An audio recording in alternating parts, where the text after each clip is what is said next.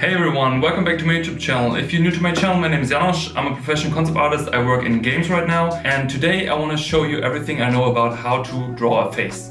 Or actually, I want to show you how I learned to draw a face. And I looked through all my sketchbooks. I got this one, which I believe shows the most progress and is the one I learned the most on drawing faces. Let's jump into the video.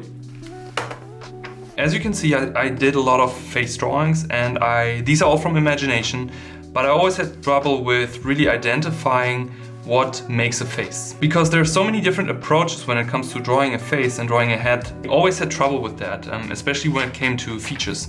So I love to do a lot of drawings from imagination, but I always wanted to try really faces because I believed the face makes so much of the character. And I really started to practicing heads on a daily basis. And I couldn't really wrap my head around, okay, what makes the face or the head appealing also in terms of shape and structure. What are the features? What do I need to do to make the drawing look as I want to, especially when it comes to value and dark spots, etc. So I was trying. I'm drawing faces from imagination, but I'm running circles in a way because I feel I repeat the same type of head, the same type of shapes, the same type of eyes, nose, etc., etc. And I don't want it to repeat that. I wanted to basically get better and learn more stuff with that. One day, Ahmed Al-Douri started the 100 Heads Challenge. I believe that is a very important thing to do sometimes, to push yourself out of the comfort zone, to really make sure like you're really uncomfortable with what you do right now and it maybe doesn't look good. You need to step out of that zone to really push yourself to grow, because growth is usually not a very nice process. This was the first page, so you basically had to do 10 heads per day. Started with them and I really struggled in the beginning because I was really focusing on, I really wanted to do all the heads on one page. I really wanted to have quality over quantity. To be honest, I did the first page and I hated the page. I really didn't like the page. So I said I will not going to give up on that. I will just continue on drawing these heads and faces. And here's actually the date I started with it. It was the 1st of January in 2019 actually. So I started the sketchbook in 2018 and joined the company in November 2018, but the challenge I started in 2019. And then I did the second page. I felt like, okay, I'm going somewhere, but it's still not what I want to. And then I also start to explore a little bit more with the shading process. If I would give you one advice on choosing a drawing material, take one material you feel you can control and stay with that for a really long time. If it's pencil, if it's ink, if you think that's your medium, do it and stay on it for at least 1 to 2 years. Because I think to really master a medium, you really need to do that every single day, and you need to practice it over and over and over until it becomes so natural for you, like riding a bike, that you can start to manipulate your drawing, so to speak. Yeah, and that was the third page here, and I was like starting to practicing the different ways of shading.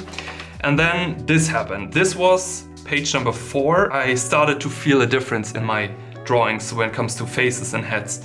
Especially when I started to draw also sculptures, I could see more plane changes, and I started to draw them in, and I really understood, okay, if I turn the head a little bit, so I show more planes, instead of a front head, I turn the head and then give it a more three-dimensional look. On top of that, I also start to do little hatch lines on the planes, just to show even more plane changes. It just makes it more interesting looking. It was also a huge learning for me. I started to look at different type of noses, different type of eyes and ears, and I also started to manipulate that. The next page was even better for myself in terms of learning, because I also started to find out what a interesting silhouette can make to your drawing. Instead of just having something a little bit more simplistic, what does a silhouette do which is more interesting, which has a more active side of noise and texture, versus something which is a little bit more passive and not so detailed. So you have a little bit of resting area, and you have a little bit of an area where you have a little bit more stuff which is happening.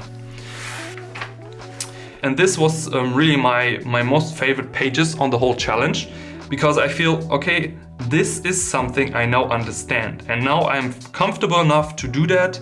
I start to understand the ratio. Features are placed in a triangle, usually in a face, playing with the outlines, looking for interesting silhouettes also when I look at my reference. This was a big learning point for me. And I believe this was here almost the end. Another 2 pages which I liked.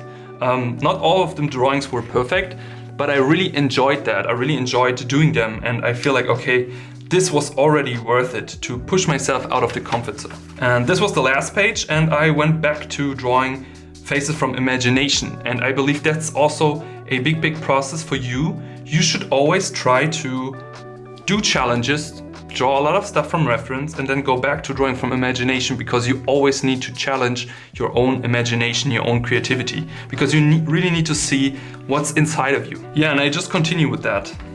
Then I also started to improve my drawings from imagination. I started to really play with stuff and starting to look at stuff which is interesting for me. And I keep the things I've learned, the things about silhouette, the things about features, the things about shapes and also contrast. I did drawings from observation in Starbucks coffee, I think this was in Spain. Started to do drawings from people, but I kept these things I've learned while I did the challenge in my mind. And this helped me immensely. I really want you to do a lot of drawings from imagination, because this will really help you to push yourself. Also, I can recommend the online class at Kazone Art with Kim Young-ji.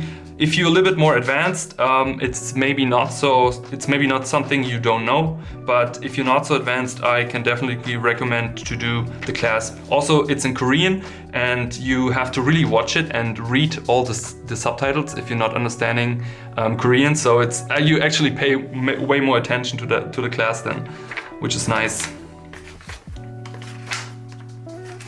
After a while, after all these drawings of imagination after the challenge, in between that, I always kept the challenge in my head. So after a while, unfortunately I didn't wrote the date here, but after a while I was drawing faces again, but really consciously and trying to push the visibility with everything I kept in mind. From the starting point on not knowing how to draw a face and how to draw a peeling face or to draw a peeling head or a head from a different angle, I came to the point where I was confident enough to say, like, I think I can draw a face now. Such an amazing moment and such an amazing feeling, because I think there's so much to learn still. You can always push yourself out of that comfort zone just to come to the point of really learning something. And that's what I want to give you today, to really embrace that. And I just continue with that, continue with playing with more shading with pencil. That's the thing I talked about, trying to master your pencil drawings, or trying to master your medium, because it's so important that you have a complete hang of your medium, you know? And just do it over and over and have fun with it, okay? Have really fun with it. And I think that's actually already everything I wanted to show you today. It was a bit more of a quicker video, but I want to spread the message here today really on, if you want to learn something or want to get better with something, push yourself out of the comfort zone, try to challenge yourself, and you will be surprised what you are going to learn.